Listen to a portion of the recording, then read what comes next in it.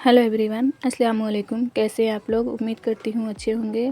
आज के इस वीडियो में हम अस्तर वाली सर्कुलर प्लाज़ो की कटिंग एंड स्टिचिंग करना सीखेंगे। सर्कुलर प्लाज़ो बनाने के लिए हमने अस्तर वाली फैब्रिक 2 मीटर ली है और जो हमारी मेन फैब्रिक है ऑर्गेन्जा वाली वो हमने 3 मीटर ली है। प्लाज़ो बनाने के लिए हमारी 4 मेज़रमेंट की ज़रूरत पड़ेगी। पहला हमारा लंबाई का रहेगा, दूसरा हमारा कमर का रहेगा, तीसरा हमारा हिप का रहेगा, चौथा हमारा आसन का रहेगा। 4 मेज़रमेंट में हम प्लाज़ो की कटिंग एंड स्टिचिंग करेंगे। सबसे पहले हमें ऑर्गेन्जा वाली फैब्रिक को कट करना है। उसके लिए हमने पहले इसकी विड्थ देख लेते हैं। ऑर्गेन्जा वाली फैब्रिक की विड्थ हमारी 45 इंच है। 45 इंच पे मेज़र करने के बाद शाइनिंग वाले हिस्से को अंदर की तरफ करके 2 फोल्ड करके बिछा लेंगे। 2 फोल्ड करके बिछाने के बाद ट्रायंगल शेप में एक कोने से उठाकर ट्रायंगल शेप में बिछा लेंगे। अच्छे से बिछाने के बाद हम दोनों तरफ पिन्स लगा लेंगे। पिन लगाएंगे ताकि हमारी फैब्रिक इधर उधर ना हो। पिन लगाने के बाद हमारी दोनों तरफ पिन लग गई है। पिन लगाने के बाद जो हमारा एक्स्ट्रा फैब्रिक है उसको कट करके हम फैब्रिक को बराबर कर लेंगे। बराबर में कट कर लेंगे। कट करने के बाद हमें कमर की गोलाई की मार्किंग करनी है। कोन से मिलाकर हमें 11 इंच पे कमर की गोलाई के लिए मार्किंग करनी है। कोन से पकड़कर अच्छे से हम गोलाई में 11 इंच पे मार्किंग कर लेना है। कमर हमारा 29 इंच है, प्लस उसमें हम 5 इंच ऐड करेंगे तो हमारा 34 इंच आएगा। 34 इंच को डिवाइड 4 करेंगे, 8.5 इंच आएगा। 8.5 इंच आ रहा है, मेज़र करेंगे। हमारा 8.5 इंच आ रहा है। हाफ इंच हम ऊपर की तरफ मार्किंग करेंगे ताकि ये हमारा सिलाई में चला जाएगा। ऊपर वाले हिस्से को हम कट करेंगे, नीचे वाले हिस्से को नहीं कट करेंगे। कमर की गोलाई की मार्किंग करने के बाद हमें लेंथ की मार्किंग करनी है। जो हमने कमर की मार्किंग की है वहीं से हमें इंच टेप को सीधा करके रखना है। प्लाज़ो की हमारी लंबाई फुल लेंथ 39 इंच है। -1 इंच करके 38 इंच पे मार्किंग करेंगे। 1 इंच हमारा बेल्ट में जाएगा। आगे की साइड हम 38 इंच पे मार्किंग करेंगे। बाकी जो हमारा बंद वाला हिस्सा है गोलाई का, वहाँ पे हम 37 इंच पे मार्किंग करेंगे। 1 इंच माइनस करके इसलिए गोलाई की मार्किंग करेंगे ताकि जब भी हम प्लाज़ो पहनते हैं तो बगल से हमारी झोल आती है, वो झोल नहीं आएगी। 1 इंच माइनस करके हम मार्किंग करेंगे तो बराबर से कटिंग करने के बाद हमारी नीचे घेर की कटिंग हो गई है। नीचे की घेर की कटिंग करने के बाद एक्स्ट्रा मार्जिन को कट करके किनारे कर लेंगे। जहाँ हमारी जॉइंट पड़ेगी वहाँ से हमारा हाफ इंच एक्स्ट्रा फैब्रिक निकला हुआ है, उसको भी कट करके हम बराबर कर लेंगे। बराबर करने के बाद हमें जो बाकी फैब्रिक बची हुई है उसको उठाएंगे। ऊपर वाली फैब्रिक को फोल्ड करेंगे, उसके नीचे फैब्रिक को 2 फोल्ड करके रखकर ऊपर से इसको बराबर करने के बाद 2 कली और कट कर लेनी है।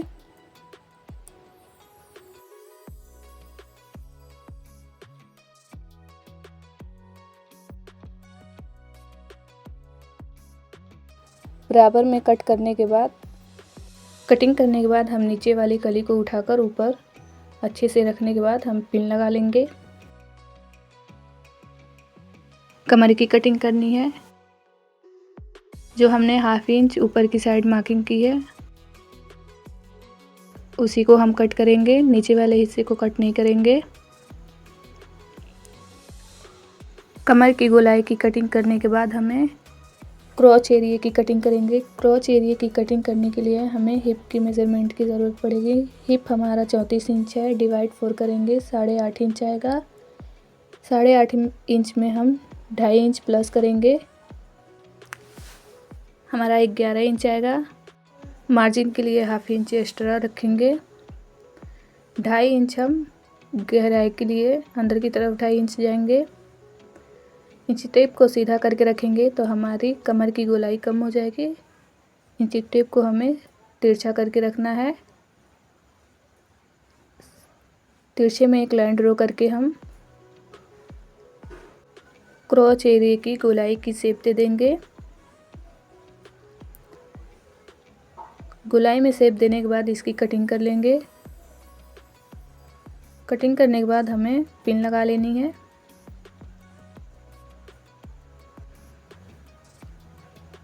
हमारी ऑर्गेन्जा वाली प्लाजो की कटिंग हो गई है। अब हम अस्तर की कटिंग करेंगे। फोल्ड करके इसको हटा लेंगे। अस्तर वाली फैब्रिक को हमें लेना है। अस्तर वाली फैब्रिक की विड्थ हमारी 39 इंच है। अब हम अस्तर वाली फैब्रिक को 4 फोल्ड करके अच्छे से बिछा लेंगे। 4 फोल्ड करके रखने के बाद एक चीज़ और ध्यान में रखेंगे, ओपन वाला हिस्सा हम अपनी तरफ रखेंगे, बंद वाला हिस्सा आपकी तरफ रहेगा। अच्छे से बिछाने के बाद हमें ऑर्गेन्जा वाली प्लाजो को लेना है। प्लाजो को हम अस्तर वाली प्लाजो के ऊपर अच्छे से बिछा लेंगे। अच्छी तरीके से बिछाने के बाद हमें इसकी कटिंग कर लेनी है। पहले हमें क्रॉच एरिया की कटिंग करनी है, फिर हमें कमर की गोलाई की कटिंग कर लेनी है। सेम तरीके से हमें नीचे की गोलाई की भी कटिंग कर लेनी है अस्तर वाली। हमारी अस्तर वाली भी प्लाजो की कटिंग हो गई है। अब इसकी स्टिचिंग करेंगे। अब इसको हम सीधा करके रखेंगे। सीधा करके रखने के बाद हमें दोनों क्रॉच एरिया को सिलाई लगा लेनी है दोनों तरफ। हमारी दोनों तरफ क्रॉच एरिया की सिलाई लग गई है। अब नीचे हम घेर की 2 फोल्ड करके हम दोनों घेर की सिलाई लगा लेंगे। हमारी क्रॉच एरिया की और घेर की सिलाई लग गई है। नीचे हम फिटिंग की सिलाई लगा लेंगे। फिटिंग की सिलाई लगाने के बाद हमें अस्तर वाली प्लाजो को सीधा करके रख लेना है। अब हमें ऑर्गेन्जा वाली फैब्रिक को लेना है। सारे पिंस को निकाल लेंगे। जो हमारी जॉइंट पड़ेगी नीचे उसको हमें ओपन करके रख लेना है। दोनों कली को उल्टा करके उसके ऊपर रखकर हमें जॉइंट की सिलाई लगा लेनी है।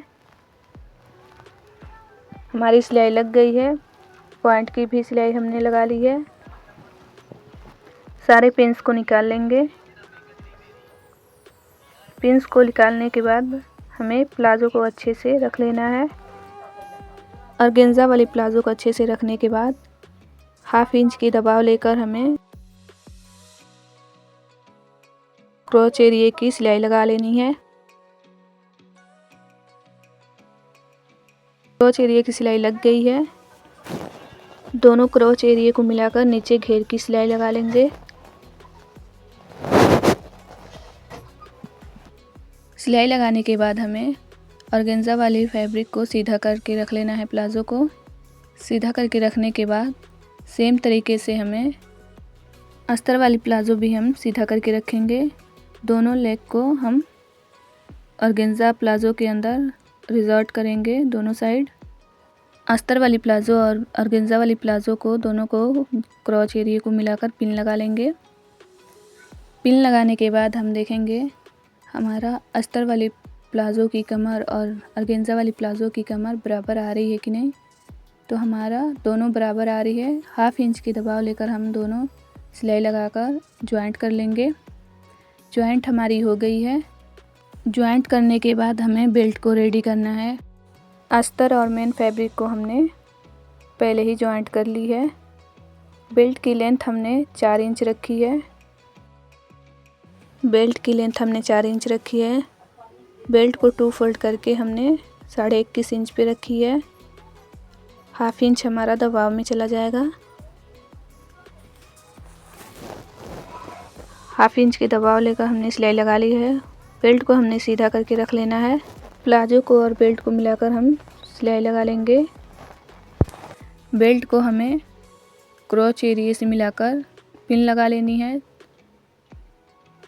बेल्ट को और प्लाजो को मिलाकर हमें चारों तरफ गुलाई में सिलाई लगा लेनी है। हमारी सिलाई लग गई है। प्लाजो में हमारी बेल्ट जॉइंट हो गई है। अब इलास्टिक हम कमर के अकॉर्डिंग लेंगे।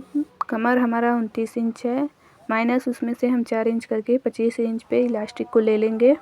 25 इंच लेकर हम इलास्टिक को 2 फोल्ड करके सिलाई लगा लेंगे। बेल्ट के अंदर इलास्टिक को रखेंगे।